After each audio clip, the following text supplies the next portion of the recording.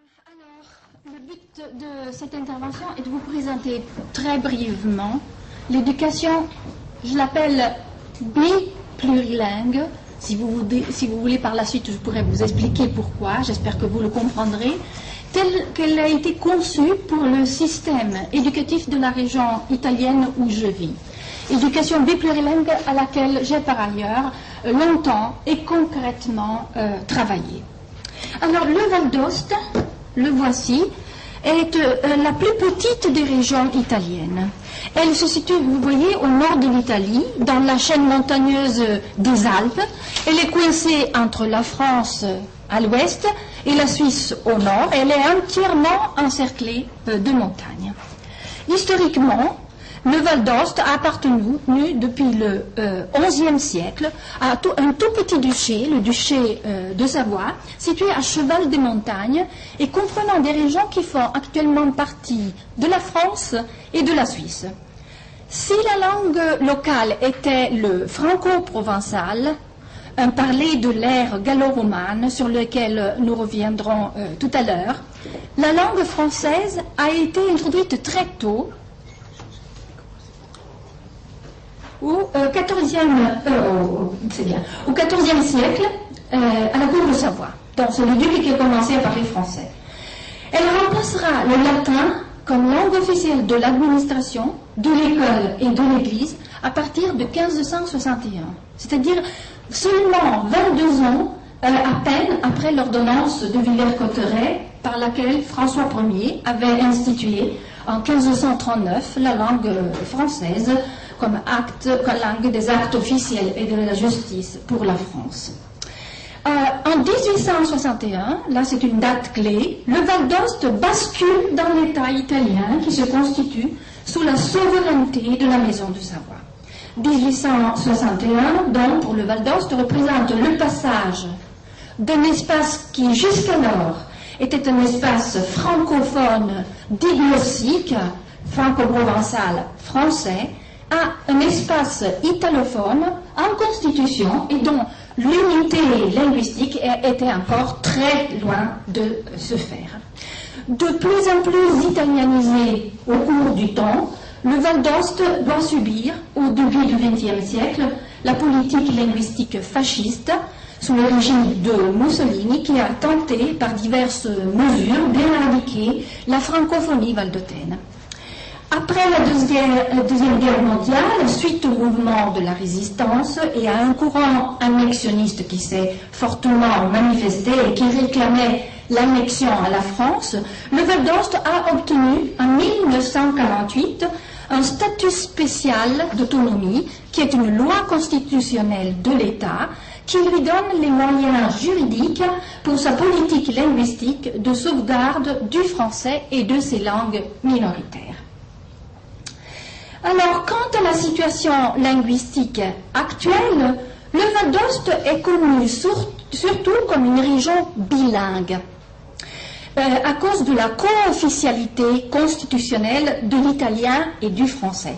En réalité, il s'agit, comme vous le voyez, d'un territoire multilingue, car outre les deux langues co-officielles, dont l'italien et le français, les Valdôtains parlent encore d'autres variétés de langues, notamment sur tout le territoire de la région, le franco-provençal est un des pourcentages considérables, 40% encore de locuteurs.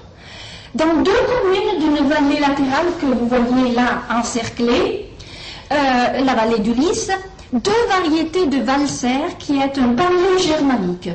Et dans une région située au sud-est, le dialecte piémontais. Comme le Val d'Aoste a été et est encore langue d'immigration, on y parle aussi des dialectes italiens de l'ancienne migration interne et des langues et des variétés de langues de la migration plus récente, en provenance surtout du Maghreb et des pays de l'Est. Toutes ces langues, naturellement, y sont parlées en des proportions très différentes, très variables, avec une prédominance nette de l'italien, suivi par 40% environ de la population parlant encore franco-provençal, et les locuteurs présentent très souvent, avant leur entrée à l'école, des profils qui sont déjà bilingues, voire plurilingues. Cette carte nous permet de situer l'aire du franco-provençal, là, à laquelle appartient le Val d'Ost, pour ceux d'entre vous qui ne connaîtraient pas ce dialecte. Vous voyez, il s'agit d'un ensemble de parlers qui est situé en coin entre la langue d'Oïl et la langue d'Oc, et c'est une aire assez étendue qui touche une partie de la Suisse et de la France, jusqu'à Fribourg en Suisse, Lyon, Saint-Étienne en France, et dont le Val d'Ost constitue le prolongement le plus oriental et au-delà des Alpes. Je vous ai parlé de la complexité de la situation socio-linguistique pour vous en donner une idée. Voyez un peu les pourcentages de l'immigration récente, phénomène qui débute vers les années 2000 et qui se développe de façon assez rapide, ce qui a des effets importants dans la composition des classes à l'école. Vous voyez qu'il prévoit un nombre de plus en plus grandissant d'élèves d'origine étrangère. On peut avoir dans des écoles d'enfance 10% d'enfants étrangers. Et ce qui signifie la présence d'autres langues que les langues habituellement parlées et enseignées. Et cela signifie aussi d'autres besoins spécifiques que l'école doit prendre en compte par rapport aux élèves qui les parlent. Selon les opportunités juridiques offertes par le statut spécial d'autonomie, le français a été enseigné comme matière dans tous les établissements scolaires du Val d'Ost à partir de 1948 et à parité horaire avec l'italien, dans enseignement de la langue. Le statut d'autonomie permettait également de prévoir l'enseignement de quelques matières scolaires en langue française. Cette mesure n'a été prise que très tardivement et elle a été appliquée de façon échelonnée dans le temps. Sur cette diapositive, vous voyez qu'elle a été appliquée au niveau de l'école maternelle en 84, en 88 à l'école primaire, en 93 et 14 à l'école secondaire du premier degré, et de plus, elle n'a pas encore été appliquée au niveau de l'école secondaire du deuxième degré. Cette mesure, je vous l'ai dit, prévoit l'enseignement de toutes les matières scolaires dans les deux langues, l'italien et le français.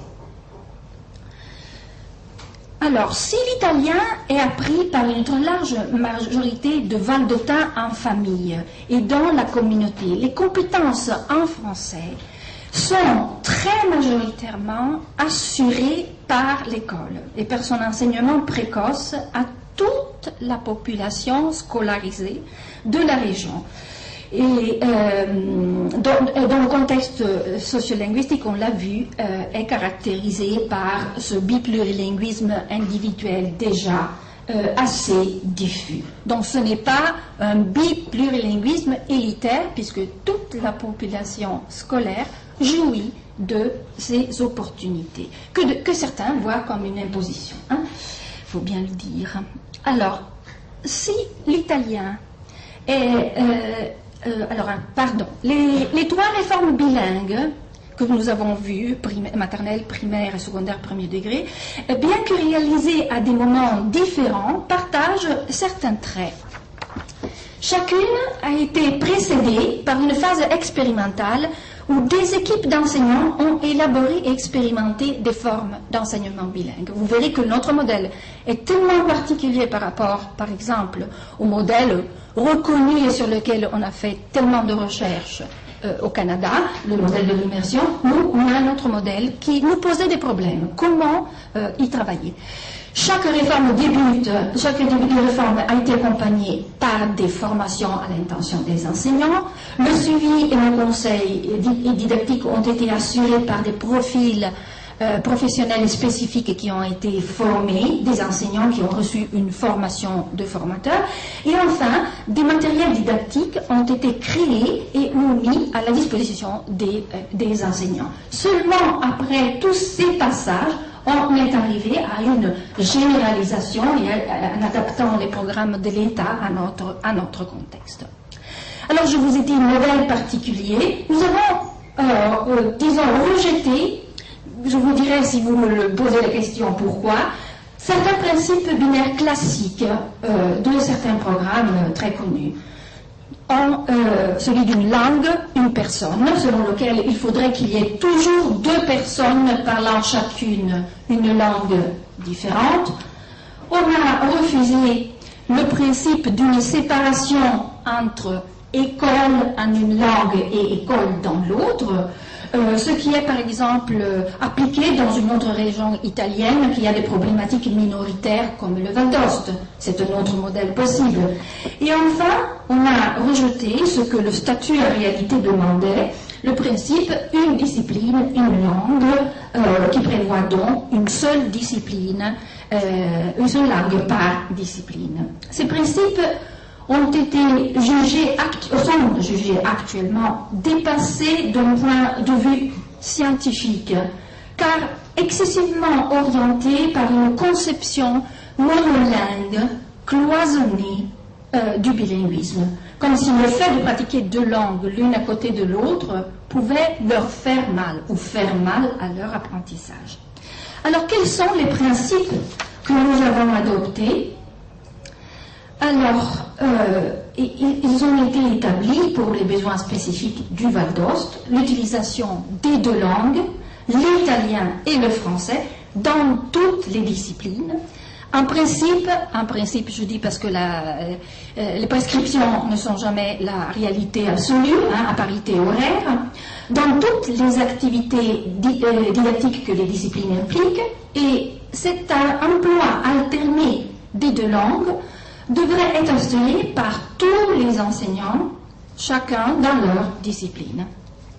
Cette alternance des langues trouve une justification scientifique dans les travaux, surtout suisses, Grosjean, Lüdi, Pi, autour du fonctionnement des personnes bilingues. Fonctionnement qui se caractérise non pas par une séparation nette entre les deux langues si la situation ne le requiert pas, mais par le recours, selon les situations de communication, à des modes monolingues, dans une langue ou dans l'autre langue, et à des modes bilingues, avec l'emploi alterné des langues. Alors, le modèle valdôtain se fonde donc sur une conception bilingue et scientifique de la personne bilingue qui n'est pas la somme de deux monolingues. Et de l'autre côté, il nous a fallu trouver et expérimenter les fonctions didactiques de cette alternance. Et ce, non seulement en vue de meilleurs acquis linguistiques, mais aussi en vue des acquis disciplinaires qui nous préoccupaient aussi comme les parents au Canada.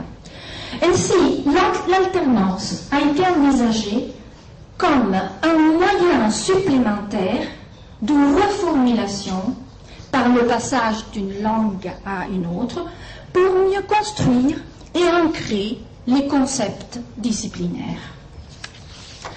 Outre cette spécificité de l'enseignement bilingue des matières et des disciplines scolaires, le modèle valdôtain prévoit l'enseignement parallèle des deux langues, l'italien et le français, ce qui n'est pas toujours le cas dans d'autres modèles comme certains modèles immersifs. De plus, le bilinguisme scolaire ainsi entendu, c'est-à-dire les deux langues dans toutes les disciplines, s'ouvre au plurilinguisme par l'enseignement dès la première classe du primaire de l'anglais comme langue étrangère. Et à partir de l'année scolaire 2012-2013, des classes optionnelles et expérimentales de franco-provençal, dont de la langue du terroir, seront offertes aux élèves, très nombreux, qui ont adhéré à l'initiative offerte par l'administration. Alors, l'éducation bilingue au Val d'Ost commence à l'école maternelle. Quand les élèves arrivent à l'école primaire, ils ont déjà suivi 3 années d'apprentissage du français. L'école primaire a développé sa réflexion dans des directions assez spécifiques pour essayer de répondre aux caractéristiques de ce niveau scolaire. La première interrogation a concerné le fait de confronter tout de suite des élèves ou de langue écrite. Bon, les réflexions, qui ne sont malheureusement pas trop nombreuses non plus, les recherches, à vrai dire, et qui sont désormais éloignées dans le temps, menées à ce sujet, ne montrent pas de problème particulier pour les élèves. Dans les 3 années de sensibilisation et de pratique à l'école maternelle, ont développé une sensibilité métalinguistique à propos des 2 langues et des similarités, des différences qui les caractérisent. Cela semble suffisant et cela n'est pas ressenti, cette double alphabétisation, comme un problème par les enseignants.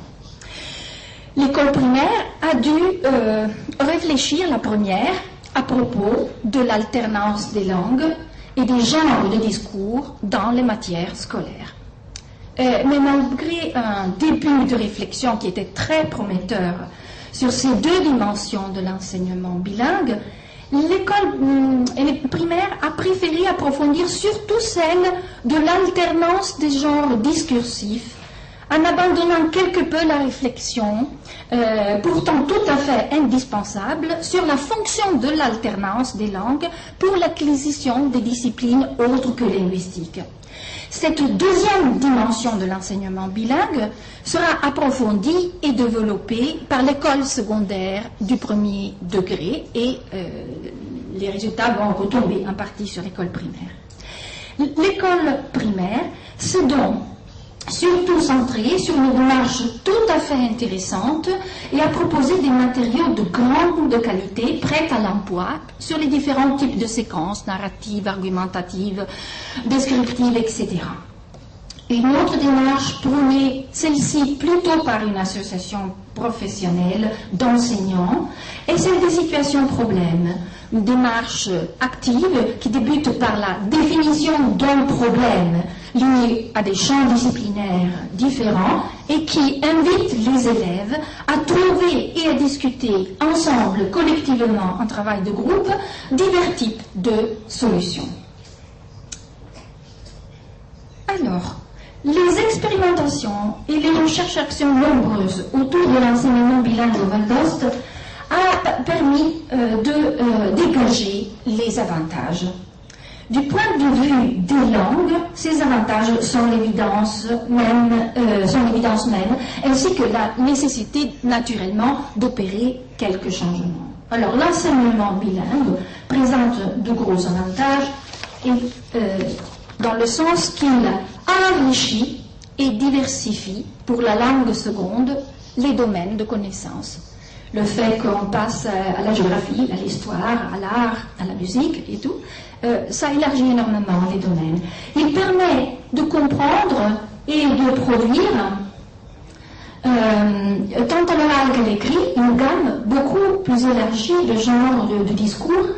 Et comme la langue seconde s'applique à des domaines de la vie scolaire des apprenants, c'est exactement ce que disait tout à l'heure notre collègue canadien, c'est-à-dire les disciplines autres que les langues, il implique un apprentissage qualitativement différent de la langue et une véritable et authentique approche communicative.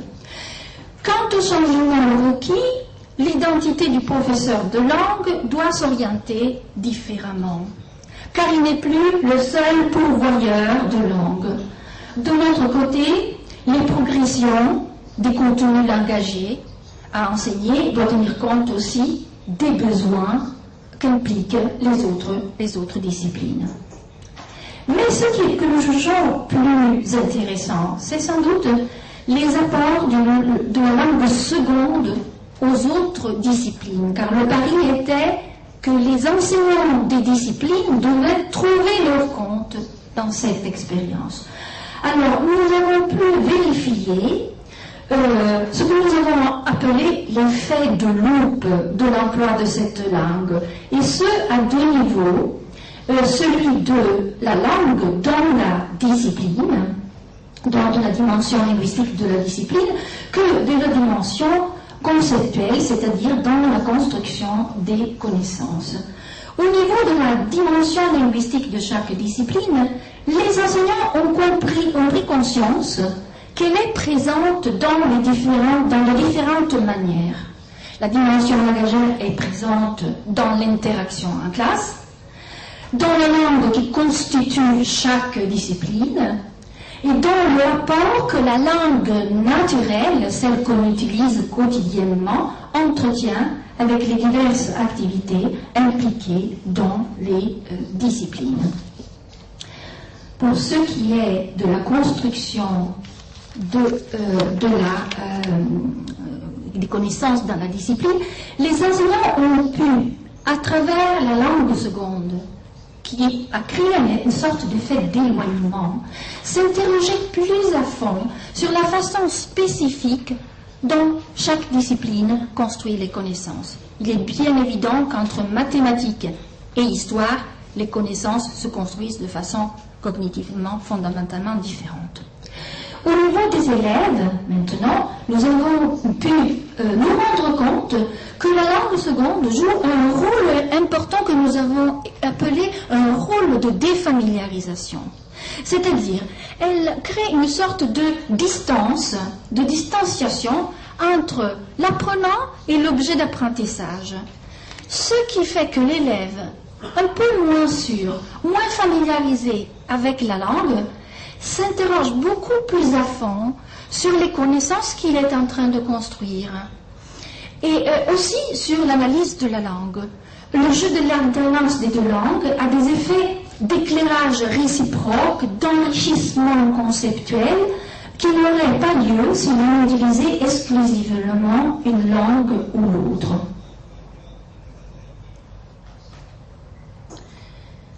Encore, la langue seconde, en effet, crée en elle-même une distance. Déjà, le fait d'employer une deuxième langue, ça crée une distance entre le langage quotidien et le langage scientifique, dont les rapports sont toujours problématiques et conflictuels à l'école. Elle pousse les élèves dans leur relative insécurité linguistique à mieux inspecter et à analyser les énoncés, notamment les énoncés des consignes. Parfois, ils comprennent mieux, plus facilement, en langue seconde qu'en langue première, du fait de cette analyse et de cette inspection plus approfondie. Dans cette analyse, ils arrivent à découvrir sous les mots qui leur auraient paru plus familiers en langue 1, les éventuels vides conceptuels qu'ils doivent combler. Alors, vous vous demanderez à ce point ce que peuvent être les résultats de cette éducation biplurilingue, dont par ailleurs je n'ai pas le temps d'illustrer tous les problèmes, parce qu'il y en a comme partout.